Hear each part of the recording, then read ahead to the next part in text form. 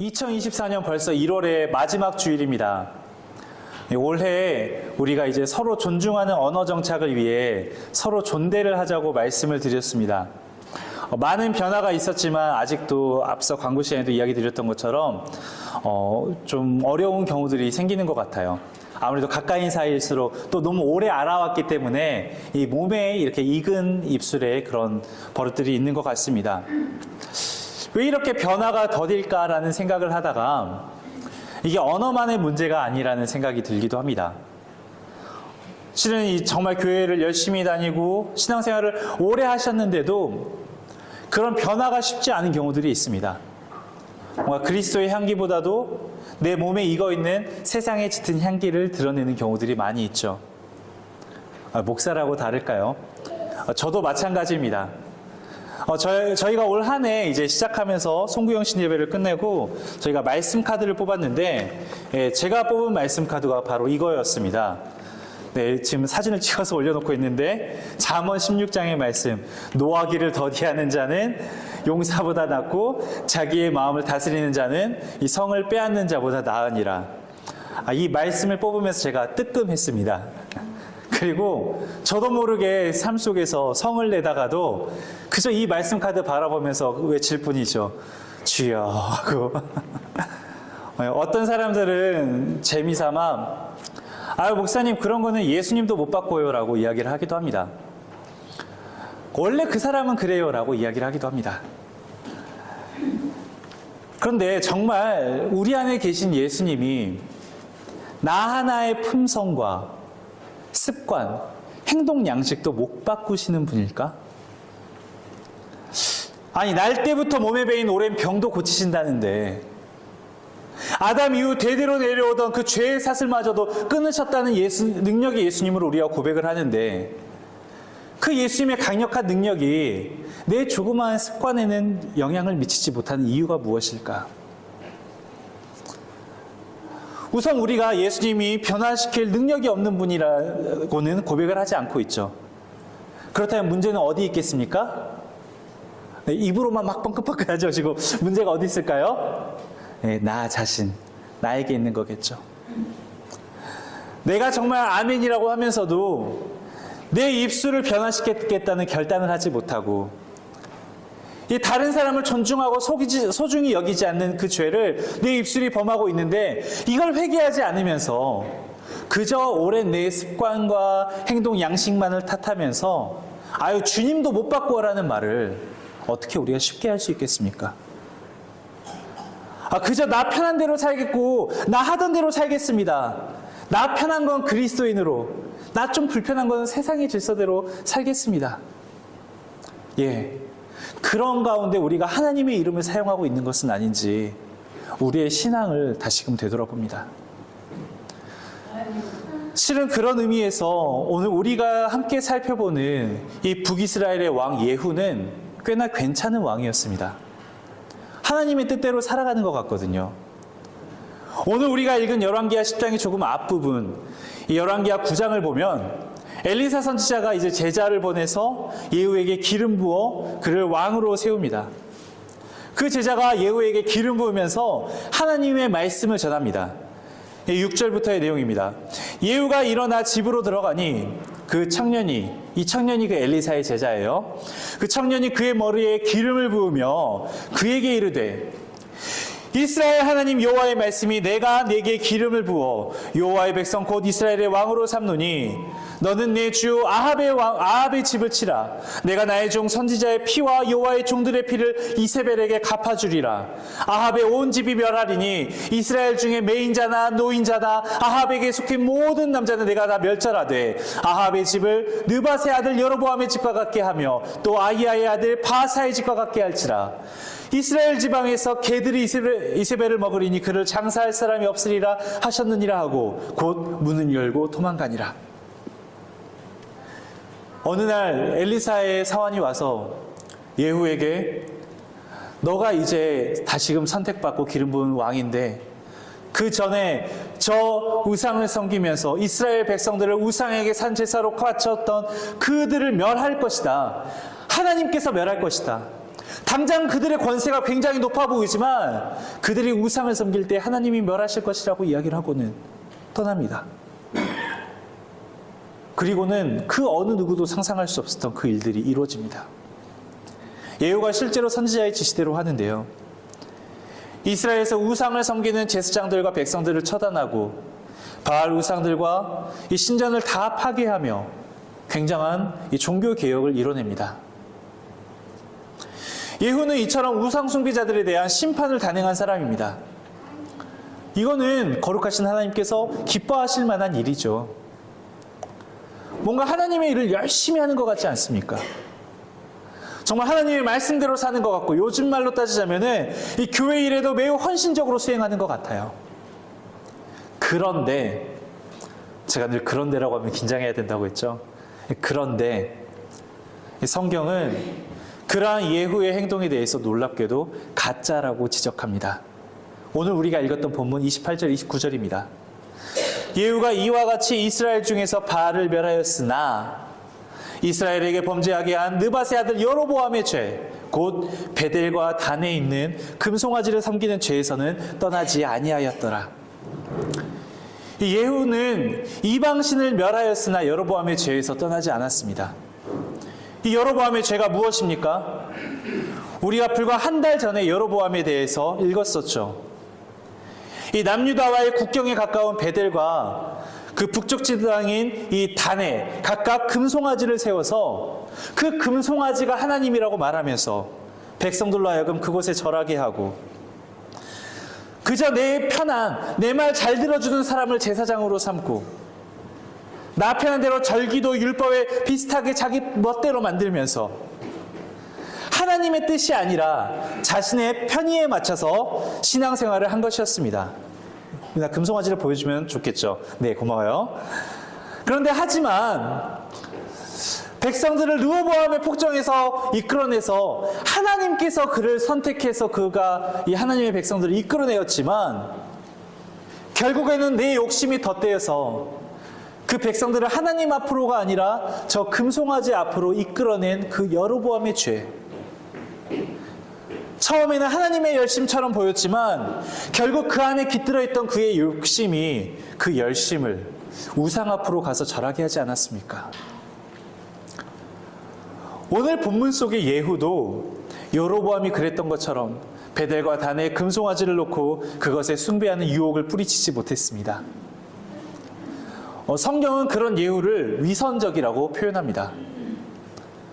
바알의 우상을 태우는 등 영적으로 무너진 나라를 깨끗하게 해보려고 했지만 그 후에는 조금 더 쉽게 가기 위해서 조금 더 편하게 가기 위해서 타협했고 그 한 가지 때문에 예후는 위선자가 되었습니다. 이 말씀 앞에서 사실 그리스도인으로서 불편한 마음이 들기도 합니다. 이 예후의 위선이 위선이라고 한다면은 우리의 신앙도 사실 그와 별로 다를 바가 없기 때문입니다. 세상 사람들이 존경하는 만큼 더 높이 올라가는 것이 하나님의 영광을 드러내는 거야. 내가 더 많이 가져야지 사람들이 그리스도인들도 복 받는 거라면서 더 많이 예배로 오지 않을까? 어느샌가 나의 욕심은 하나님의 영광이라는 가면을 쓰고서 내 욕망을 뒤로 감춘 채 나 편한 대로 신앙을 열심히 살아가고 있는 것은 아닌지 우리 스스로 앞에 정직할 수 있어야 한다는 것이죠. 또 그러면 오해하는 분들이 계실지도 모릅니다. 아니 목사님, 모든 사람들이 다 그렇게 살아가는데 아니 그렇다고 우리가 어디 산에 올라가서 나는 자연인이다 찍으면서 살아갈 수는 없지 않겠습니까? 제가 말씀드리는 것은 뭔가 이렇게 세상과 담을 치고 우리만의 열정, 우리만의 은혜 속에 갇혀 살아가라는 이야기가 아닙니다. 뭐 저 산에 기도원이나 수도원 들어가서 사시라는 이야기가 아닙니다. 우리도 당장 세상 안에서 살아가고 있지 않습니까?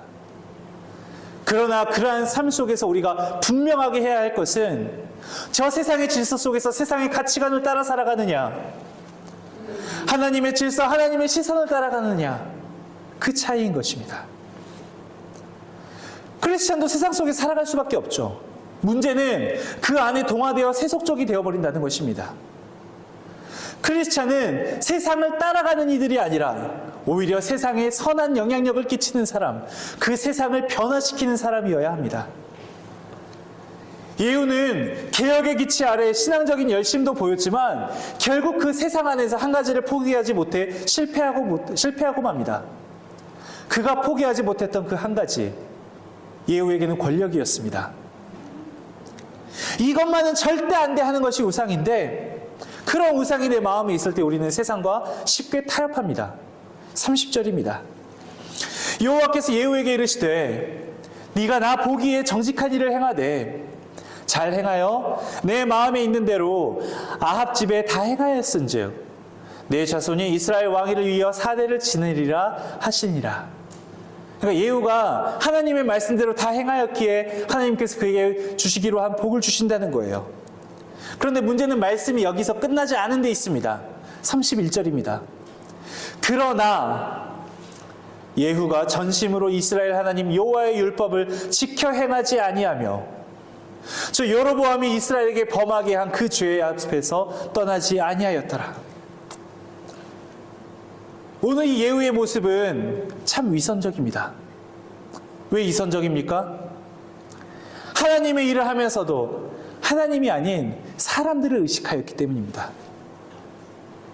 그런 위선적인 이들은 솔직하지 않습니다. 하나님은 철저하게 종교개혁을 한 것 같았던 그 예후가 끝까지 자신의 욕심과 권력욕을 포기하지 못한 것을 알고 계셨습니다. 제가 한 모임에서 부끄러운 이야기를 들었습니다. 이야기를 하신 분은 약간 농담이라고 하셨는데 목사로서 듣기에 참 부끄럽더라고요. 제가 이 이야기를 공유할 때 여러분도 한번 여러분의 신앙을 돌아보시길 바랍니다.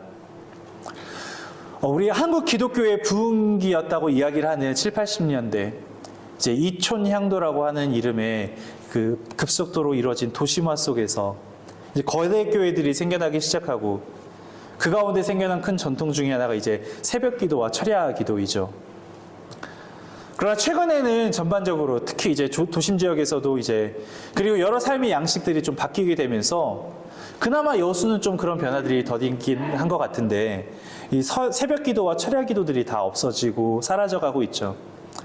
심지어 여러분 잘 아시는 분당 만나교회 같은 경우에는 주일 예배마저도 주일에서 이제 토요일날 거기 주일 예배를 드리고 주일에는 이제 다른 사역들을 할 수 있게 하고 이런 시도들이 이루어지고 또한 시대 속에서 변화를 이뤄가고 있는데 그런데 어느 한 교회가 그렇게 하다가 뜨거운 마음으로 결단한 거예요.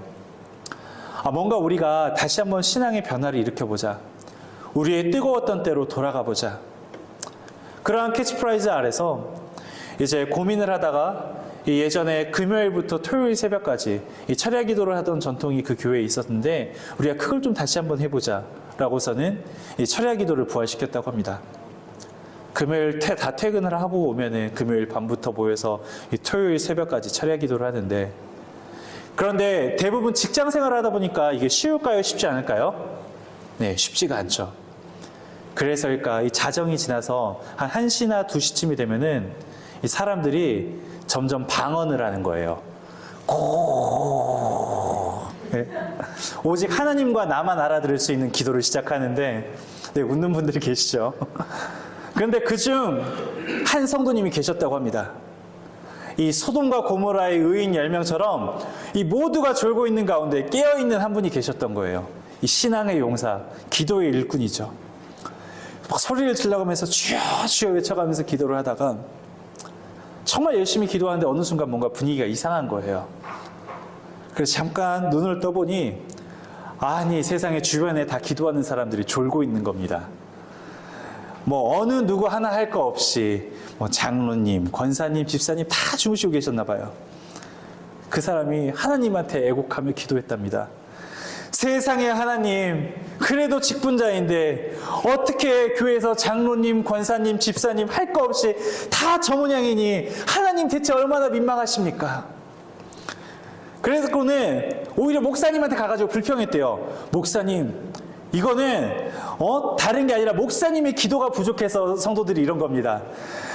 목사님 때문에 이러니까 제가 기도에 참석까지만 오늘까지만 하고 이제는 이 교회 그만두고 제가 집에서 이제 혼자 신앙생활 하겠습니다. 그러니까 그 목사님도 얼마나 마음이 좀 송구하고 참 안타깝고 아팠겠어요. 그리고는 그 성도님이 이제 자기 혼자라도 기도하자라는 생각에 다시 자기 자리로 돌아가서 앉아서 기도를 하는데, 이렇게 열심히 기도해서일까요? 우리 사무엘에게 응답하시듯이 하나님이 목소리가 들려주시는 거예요. 누구누구야, 누구누구야. 얼마나 우리 모든 신앙인들이 사실 소원하는 거 아닙니까? 그런 주님의 음성 듣기를.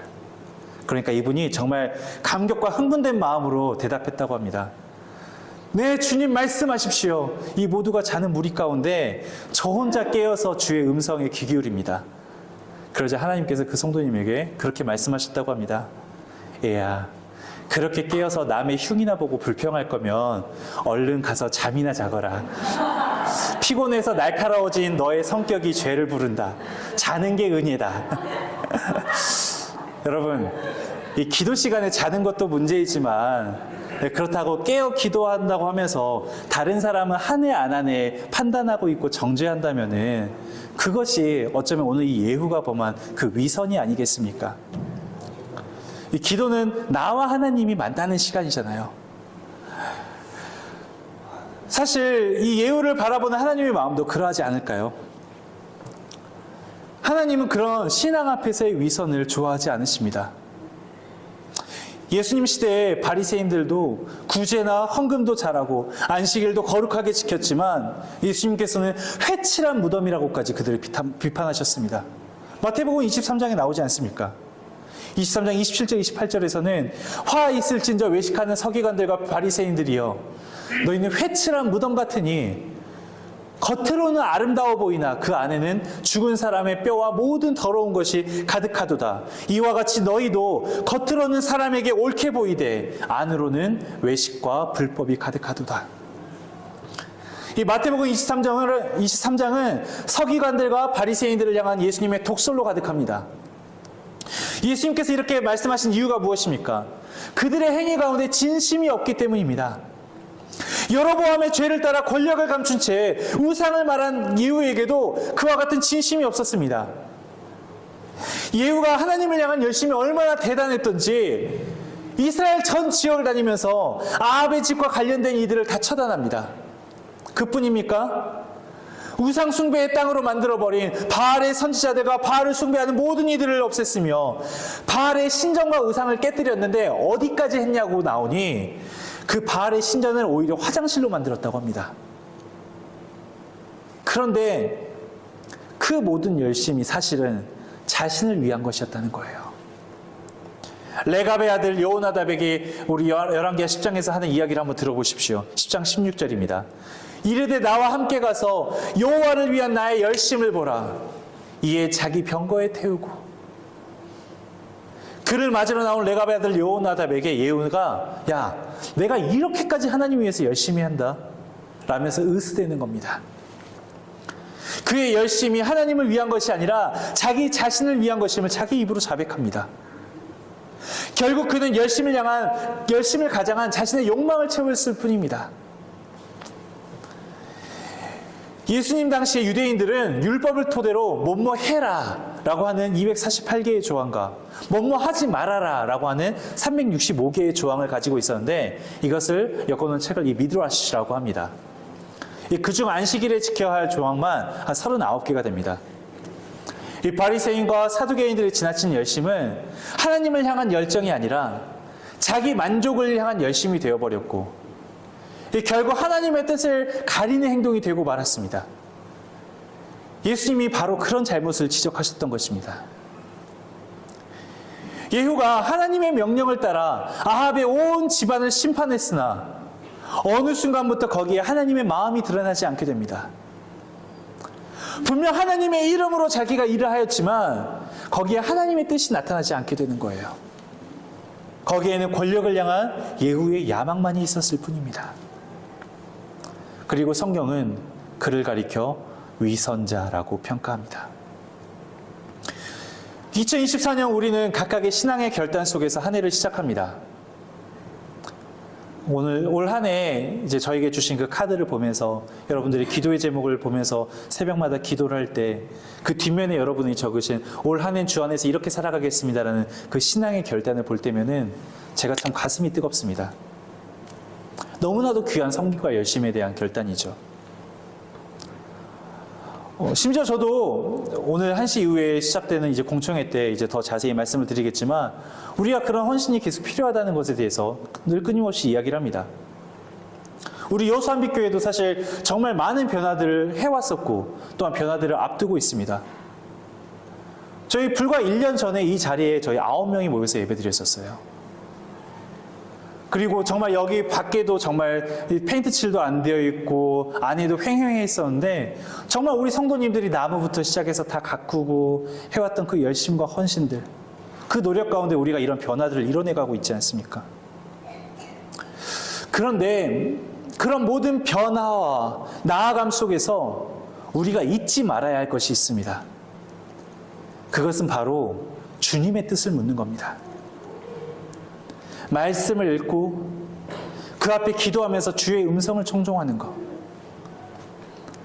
그것이 필요한 이유는 분명합니다. 하나님이 우리 각 사람을 사명자로 부르셨기 때문입니다.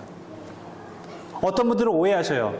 아니, 저희 앞에 있는 목사님을 부르신 거 아닙니까? 아니요. 하나님은 여기 계신 여러분 한 명 한 명을 부르셨습니다.